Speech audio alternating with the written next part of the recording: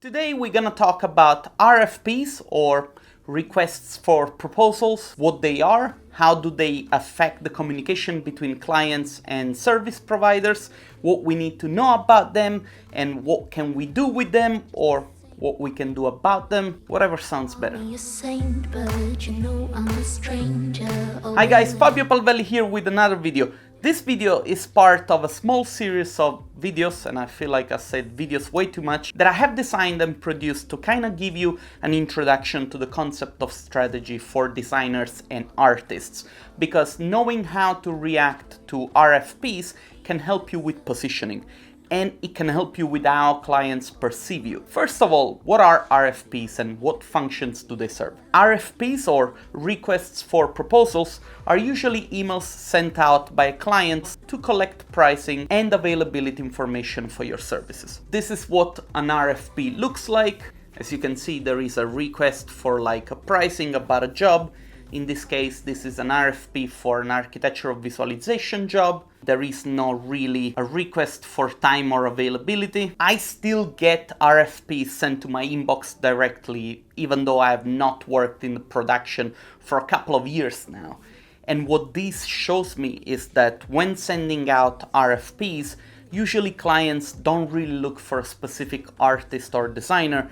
In most of the cases, and I mean in most of the cases, they only do it to collect pricing information. One of the reasons for that is that clients can use this information to negotiate against you. Now, I don't want to dive too much into this. Maybe this is a topic for another video. Your client, which is usually also the decision maker in this process, they send out RFPs because they have a budget with which they have to find the best service available. Since the decision maker does not want to sit in front of a computer having 1,000 Skype calls with potential designers and listen to their pitch, they let somebody else send out these RFPs with the hope to skim the fat and select only the artists that fit their budget and time availability. Now, the person that sends out the RFPs are usually interns or anyway people that do not make the final decision. And it is very important to understand this, because when you try to get in touch to convert a client, you do not want to try and convert the intern, obviously, because they are not the ones that make the final decision. And also, their job is not to talk to you, their job is only to collect information. And so any effort done in that direction might just end up in being a waste of time. Now, it is vital to understand that RFPs are just a tool that is designed by people running businesses to have a negotiating advantage over those that offer services. So understanding these circumstances is essential to positioning. The first thing that you should do is assess the type of email that you get. Gmail, Hotmail, and such type of emails, I believe that they don't even deserve an answer, because how legit can a construction or design company be if it's run without even a proprietary email address? Of course, there can be exceptions, but come on.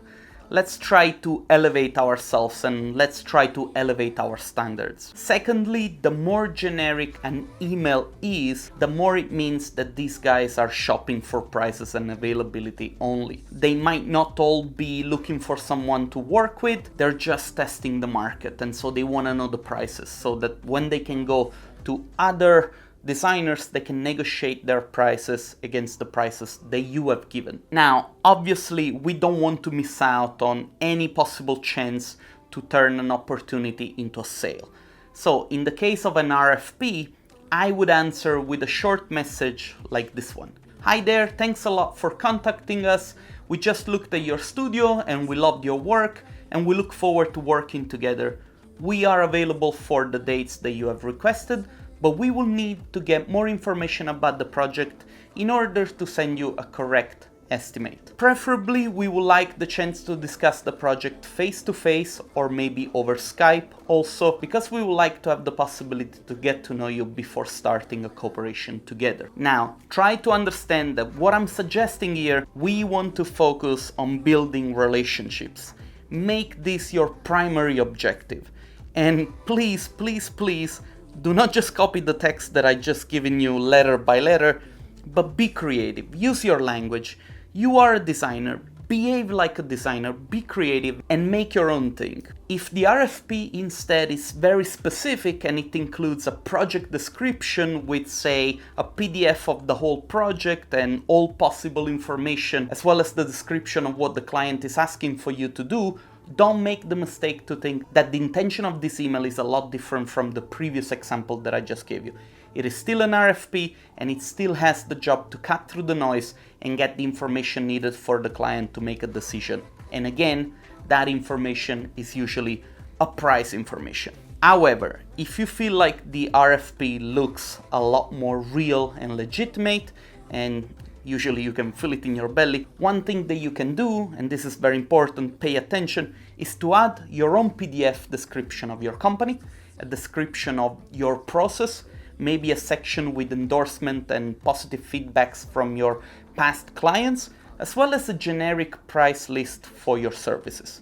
When it comes to pricing, always give a range so that you might be able to negotiate this later. What this PDF will do, it will provide more information than what the client has asked for. And that information can help your client leaning towards you and your agency, because this is what information does. It helps people making better decisions. Now, just imagine that intern that sent out the RFPs going with all the emails to the boss and say, hey, guy A asked for $1,000, guy B asked for $2,000, guy C asked for $1,500, and then there is guy D that has sent us this beautiful PDF with all the information, and maybe it's a little bit more expensive, but it looks a lot more professional. In that case, that intern or whoever person it is will try to sell that to the boss on your behalf.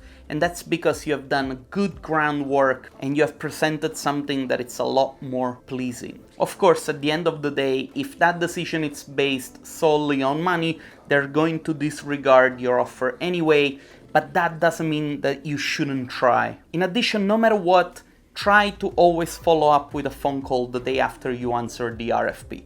This might look like extra work, and probably it is, but it will give you a chance to interact with your clients more.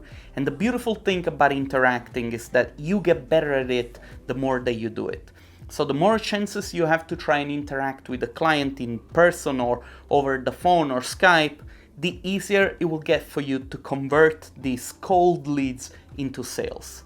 At the same time, this process will help you sharpen your attitude when dealing with clients, and attitude has a huge role when you try to position yourself in the market. So it's a good thing, just do it. Remember, the goal of positioning is that ideally you will never have to deal with RFPs, because you'll be able to build with your clients a direct relationship, and they will decide to use your services because you can deliver more and better in comparison to your competitors. However, answering the RFPs that you think that deserve to be answered can possibly help you finding even more clients, and without a lot of extra effort. Still, remember that the real client acquisition happens on the ground, going and knocking on people's door in real life and building real relationships. If you are a studio that does a great job at answering RFPs and you feel that you can contribute to this conversation and are interested in making a video with me and share your knowledge with us, leave me a comment or maybe write me on Instagram